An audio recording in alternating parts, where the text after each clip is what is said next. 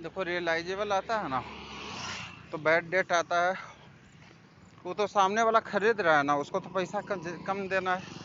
तो fixed asset में ये बोलेगा कि फिक्स एसेट में वो ये डिबेट का कि फिक्स एसेट तुरंत थोड़े बेचा जाता है।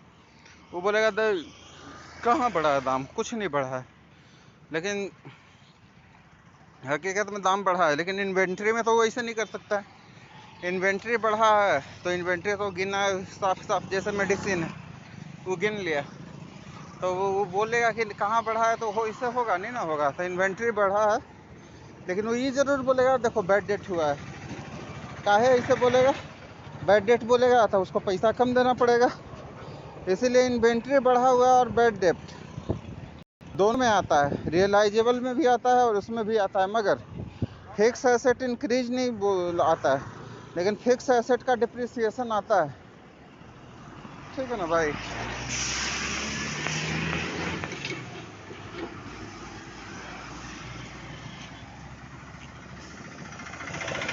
अब ये देखो, ये है नेट एसेट बेसिस। तो ईपीएस वाला बता दे रहे हैं, वो सबसे आसान है। 20% बटे 15% इंटू 15 ऐसा करके 20%। कैसे है भाई, 20% बटे 15% इंटू 10, 8, 5। ठीक, इसका काम हो गया।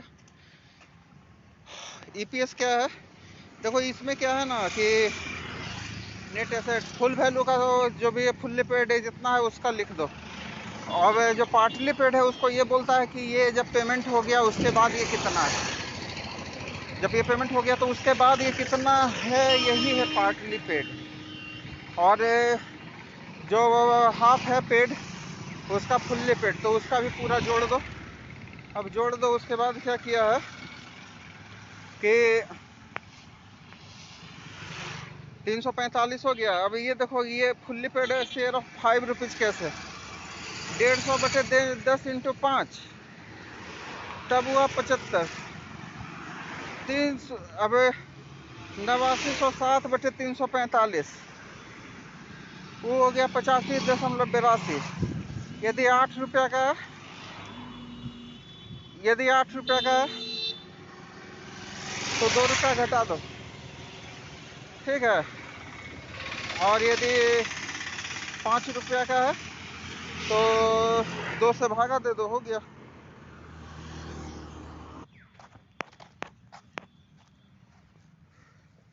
तो वही इसमें ध्यान देने वाला बात मालूम है क्या है, देखो ये ना इक्विटी शेयर का पैसा बोल रहा है यार, इक्विटी शेयर नंबर नहीं बोल रहा है। ये देखो 180 है तो इसको 1800 बोल रहा है। ठीक है। अब जबकि ये पार्टली पेड है, तो इसमें होना, इसमें बोला था 900, लेकिन पार्टली पेड उसमें क्या बोला था, पैसा दे के 90 होता है ना। तो चूँकि पार्टली पेड है, जितना पेड किया है 720 से जोड़ेंगे, इसमें 90 नहीं जोड़ेंगे। मतलब क्या है ना कि यार उसमें जितना शेयर है उसको 10 रुपया से ही गुना कर रहा है भाई। और देखो यहाँ भी 75 है, उसको वहाँ तो कितना होगा, 750 होगा, खत्म बात। सीधा ही रुपये ले आया बा। और उसके पहली बार पता चला। उसके बाद पैट पैट उसके बाद, ठीक है, उसके बाद ये क्या किया, पैट कर दिया, पैट निकल गया। अब उसमें 10 से गुना कर दिया, 8 से गुना कर दिया, 5 से गुना कर दिया। ठीक है। अब क्या है, मार्केट शेयर 109%।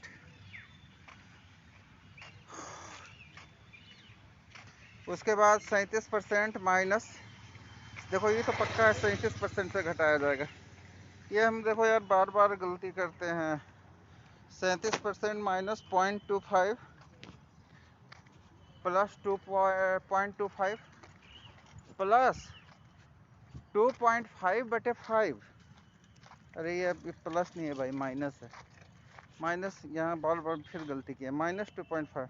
फिर से बोलो, 37% माइनस 0.25, फिर प्लस 0.25, फिर माइनस 2.5, मतलब लेफ्ट राइट लेफ्ट राइट। देखो 37% लेफ्ट हुआ माइनस 0.25, फिर उसके बाद प्लस राइट क्या हुआ, देखो 37% हुआ, -0.25 left, 37% minus left 0.25 plus right 0.25 minus left 2.5/5 year. ठीक है, ये सही है। उसके बाद इतना जो किया, वो पहला ईयर में 37% नहीं आएगा, इसमें 36.87% आएगा, ऐसा ही कुछ 0.125% सब में घटाना है। उसके बाद 10, 13, 15, 18, 23% इसमें ऐसे कर दो, ठीक है ना, एक्सपेक्टेड प्रॉफिट। अब उसका डिस्काउंटिंग फैक्टर निकाल दो, डिस्काउंटिंग फैक्टर निकाल दो 10% के हिसाब से। और फिर क्या है, डिस्काउंटेड कैश फ्लो, तो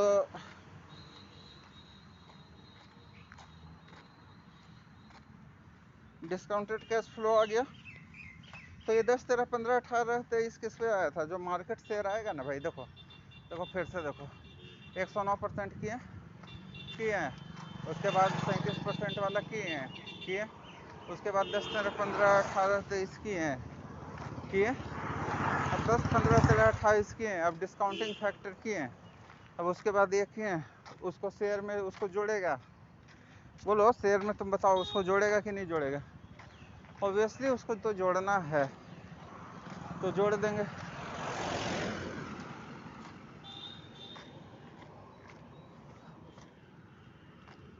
वही जोड़ देंगे, तो ये आ गया 2443, ये हो गया।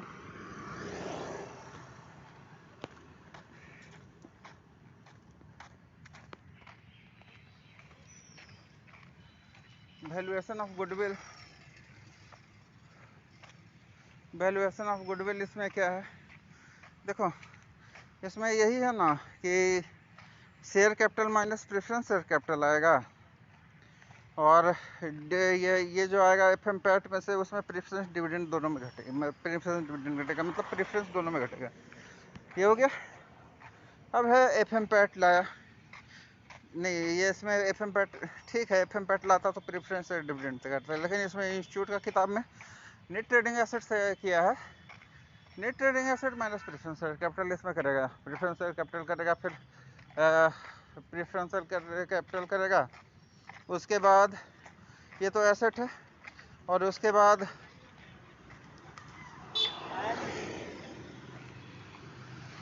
एनआरआर परसेंट किया 10%, जा यही हम भूल गए।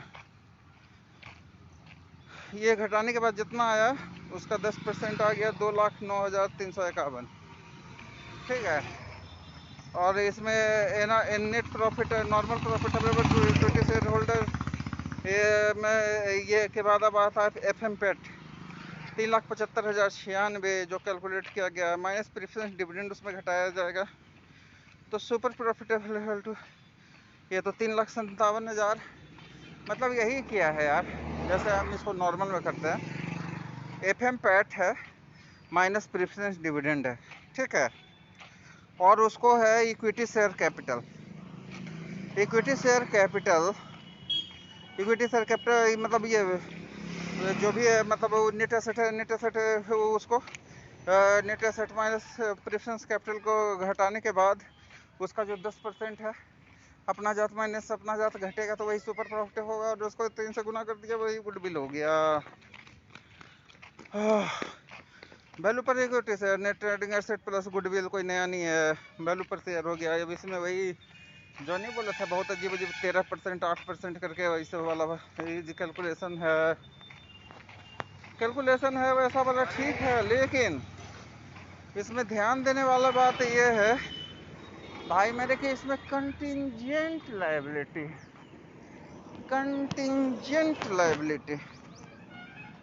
ठीक है, इसमें कंटिंजेंट लायबिलिटी है भाई।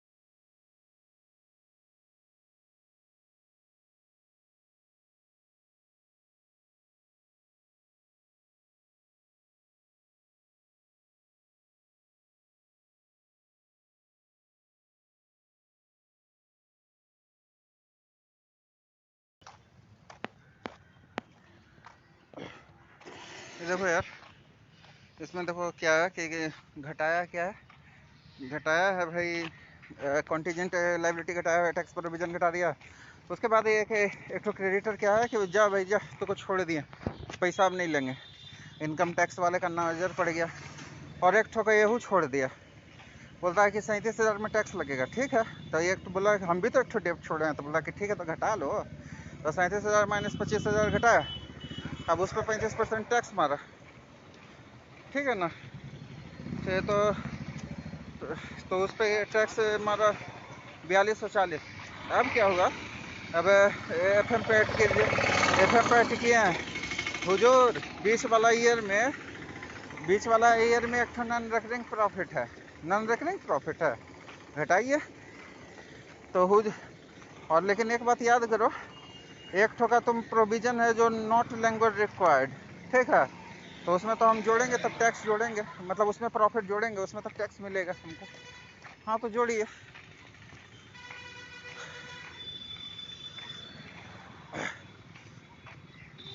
और लेकिन सर एक बात और है, एक ठो में क्लेम नॉट रिकॉर्डेड भी है, नॉट रिकॉर्डेड। ठीक है ना, हमको क्लेम हुआ है जैसे 25,000, ठीक है, जो मेरा बैड डेप्ट हो गया, हम तो उसको रिकॉर्ड नहीं किया, तो हमको अब तो उसमें कुछ मिलेगा नहीं, तो उसका हमको टैक्स माफ़ किया जाए, करवाइए माफ़, घटाइए। तो 25,000 जो वहाँ 37,000 में घटाए थे, 25,000 यहाँ घटेगा प्रॉफिट में। अब आ जाएगा एवरेज एडजस्टेड प्रॉफिट, उसमें डिविडेंड जो इंटरेस्ट है नेट ऑफ टैक्स, उसमें जोड़ देंगे, घटाएंगे नहीं, जोड़ देंगे। तो F M P T PAT क्या हो गया, फॉर शेयर होल्डर बहुत प्रेफरेंस शेयर एंड इक्विटी के लिए एफ एम पैट वो हो गया। ठीक है, एफ एम पैट वो हो गया भाई। अब वही वाला है बड़ो क्वेश्चन जो 18 नंबर का 16 नंबर का आता है। एवरेज कैपिटल एम्प्लॉयड करेंगे। हाँ, अब देखो, increase in profit, increase in general reserve और डिविडेंड। डिविडेंड में इंक्रीज नहीं है, वही तो हम बोल रहे थे। तो ये तीनों मिलके क्या आएगा भाई मेरे, ये पैट आएगा, पैट आएगा और ये प्री टैक्स प्रॉफिट कर देंगे। ठीक है ना, ये इसको प्री टैक्स प्रॉफिट मार देना है।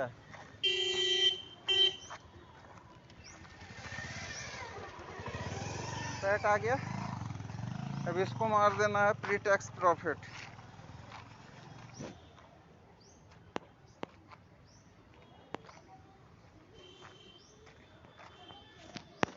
पैट मार प्री टैक्स प्रॉफिट मार देना है। तो इसके बाद नॉन ट्रेडिंग इन्वेस्टमेंट इनकम, जो नॉन ट्रेडिंग इन्वेस्टमेंट इनकम क्या क्या करेंगे आप, उसको घटाएंगे, घटा दीजिए। सब्सिडी को क्या करेंगे, घटाएंगे, घटा दीजिए। ठीक है ना, सब्सिडी को घटा दीजिए, और जो सब कुछ कैलकुलेशन आ जाएगा ना उसमें आप टैक्स घटा दीजिएगा। तो टैक्स घटाने के बाद वो क्या आ गया, एफ एम पैट हो गया। अब यहाँ पे ये जो है ना, यहाँ पे हम सब हमेशा मिस्टेक किए हैं, इसके बाद यहाँ पे मेरा दिमाग खामोश हो जाता है, खामोश। हाँ, क्या है कुछ पता नहीं है हमको।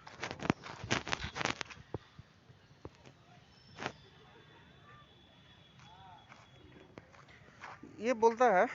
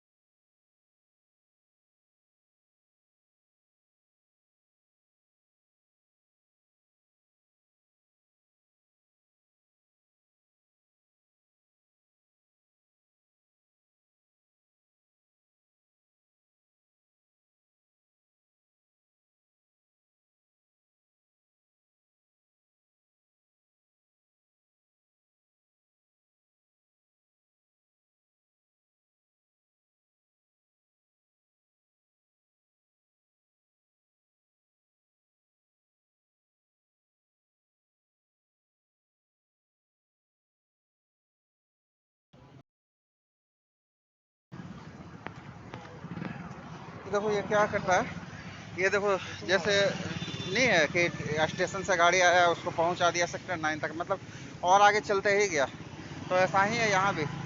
ये पहला है कि 253 है ना 0.64, ये समझ लो 911 तक ये भी जा रहा है, समझ ला ना कैसे जा रहा है। इसी का अब कैलकुलेशन होगा, दोनों में इसको यूज होगा।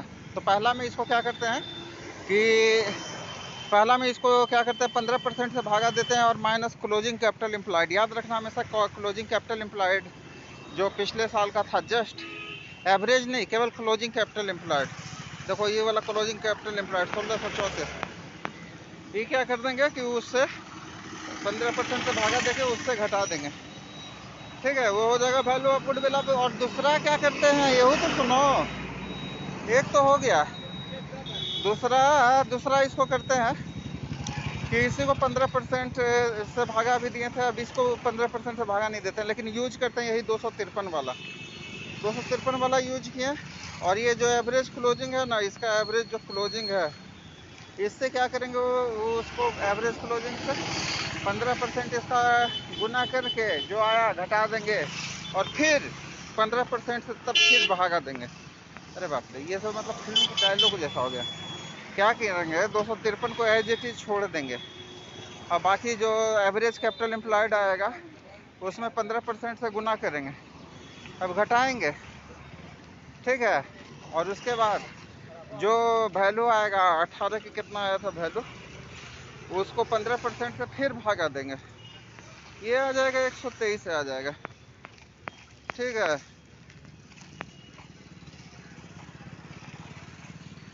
अब FMPT on long term trading capital employed क्या है 253.64 भैया FMPT, उसमें टैक्स जोड़ दिया। कैसे जोड़ा है भाई,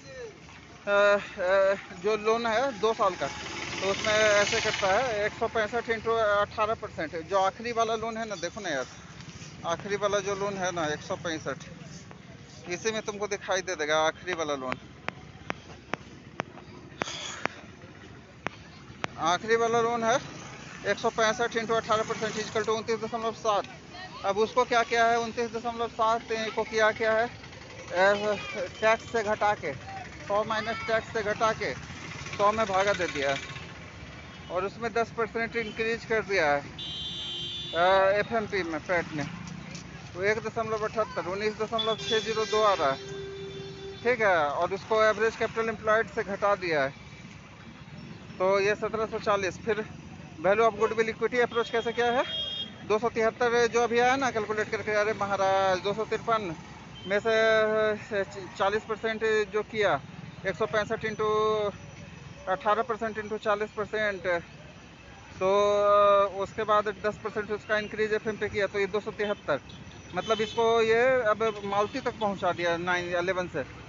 अभी वो 11 वाला गाड़ी पे अब कैलकुलेशन होगा, 11 क्या है 273.242 से भागा 15%, तो 1690 minus average capital employed 1567, value of goodwill 123, capitalise value of FMP फिर 200, वही मालती वाला गाड़ी से 271.46 इंटू बटे 12 into 100 minus average capital employed 1740 बटे 40.40, तो वैल्यू ऑफ गुडविल 536.62।